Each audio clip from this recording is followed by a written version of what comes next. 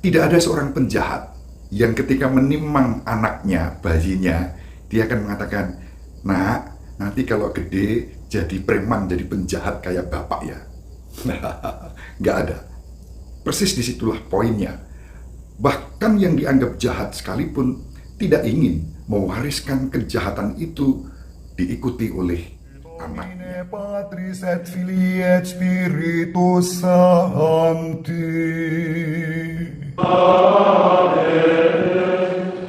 Dominus vobiscum.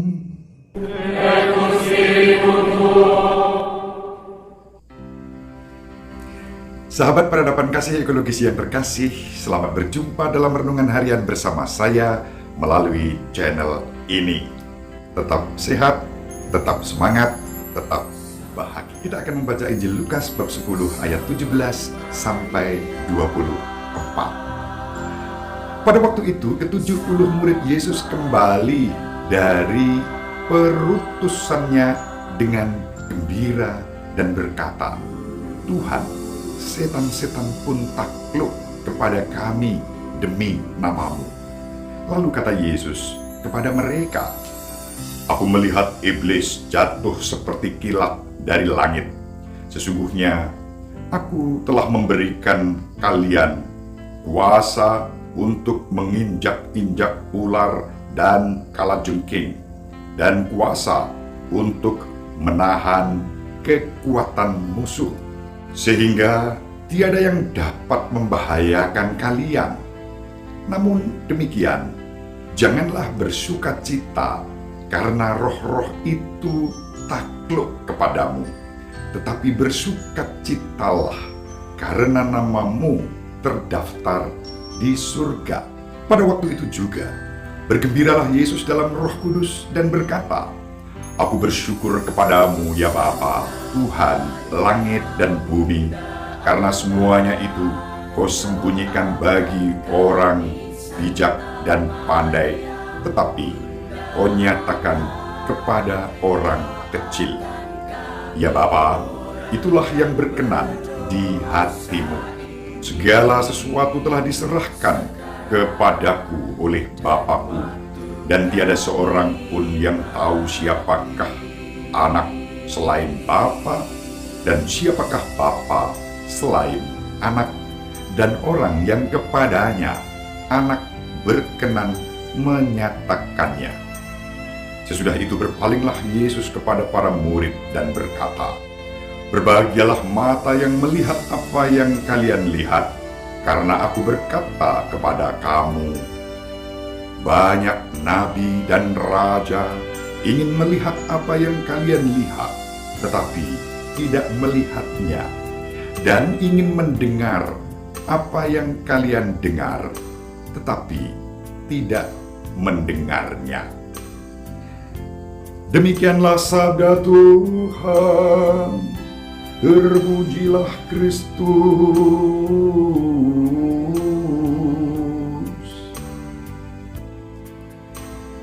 Sahabat peradaban kasih ekologis yang terkasih, hari ini adalah peringatan wajib para malaikat pelindung. Apa hubungannya antara Injil yang kita baca dengan peringatan wajib para malaikat pelindung?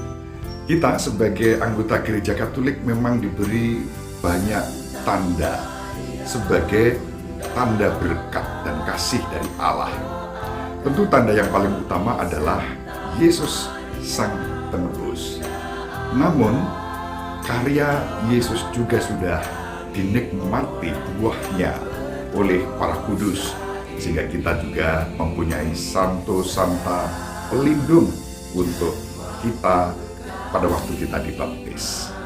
Nah, kali ini yang kita kenang adalah para malaikat pelindung.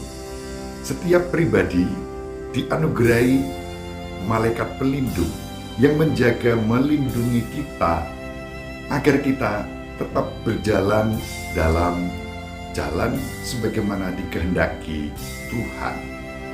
Pada waktu saya kecil sering digambarkan, sampai hari ini juga masih begitu, malaikat pelindung itu digambarkan dalam gambar-gambar suci, ditunjukkan ada anak kecil yang sedang berjalan menuju jurang begitu ya. Lalu malaikat pelindung ini melindungi, menjaga jangan sampai dia terperosok ke dalam jurang itu. Tentu ini merupakan simbolisme, tidak dalam arti harfiah. Kalau ada orang mau terjun ke jurang lalu malaikat menahan gitu ya. Bisa jadi keajaiban Tuhan seperti itu. Namun secara rohani jurang itu digambarkan sebagai jurang atau lembah dosa. Maka ketika kita hendak terjerumus ke dalam lembah dosa itu, malaikat pelindung menjaga kita. Melalui apa? Melalui hati nurani kita, melalui suara hati kita. Kita diajak untuk terus melakukan yang baik. Sahabat peradaban kasih ekologis yang terkasih, bahkan orang yang maaf dianggap paling jahat sekalipun, katakanlah dia seorang preman gitu ya. Preman yang betul-betul bukan hanya dicap sebagai preman, kenyataannya dia preman yang kerap kali membuat orang lain rugi, takut, cemas karena tindakan-tindakannya, dalam tanda kutip disebut penjahat. Tidak ada seorang penjahat yang ketika menimang anaknya, bayinya, dia akan mengatakan, "Nah, nanti kalau gede jadi preman, jadi penjahat kayak bapak ya." Nggak ada. Persis disitulah poinnya. Bahkan yang dianggap jahat sekalipun tidak ingin mewariskan kejahatan itu diikuti oleh anaknya. Di dalam kejujuran hati nuraninya, bapak ini atau saudara itu akan mengatakan, "Nah, bapak ini sudah begini, banyak orang tidak suka, dianggap jahat dan seterusnya. Nanti kamu kalau gede ya, jangan seperti bapak." Itu yang terjadi di kedalaman hati nuraninya. Maka gereja mengatakan di dalam sudut dan kedalaman jiwa dan hati kita, di sana hati nurani ada dan di sana Allah bertahta. Peranan malaikat pelindung adalah menjaga kita agar kita dimampukan untuk terus mengikuti suara hati yang baik, yang benar, yang suci, yang mendatangkan keadilan dan berkah bagi siapa saja. Itu prinsip dasarnya. Secara sederhana, kita bisa dan boleh memahami peranan malaikat pelindung seperti itu. Sebagai anak-anak Bapa, kita diajak seperti dalam Injil bersukacita karena nama kita terdaftar di surga dalam perlindungan para malaikat yang terus menyertai dan menjaga kita bersama Kristus, bersama para kudus yang membuat hidup kita bertumbuh, berkembang, bersukacita sebagai anak-anak Bapa.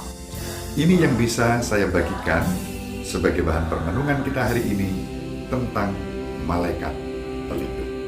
Semoga bermanfaat dan menjadi berkat. Malaikat pelindung kita menjaga dan menaungi kita.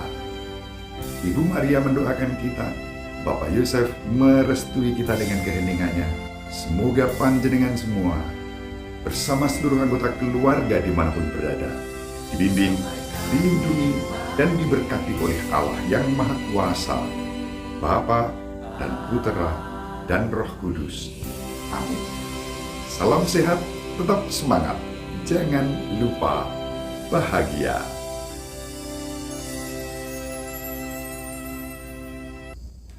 Sahabat peradaban kasih yang terkasih, sampai jumpa pada episode berikutnya. Terima kasih atas kebersamaan kita. Salam peradaban kasih ekologis, berkah dalam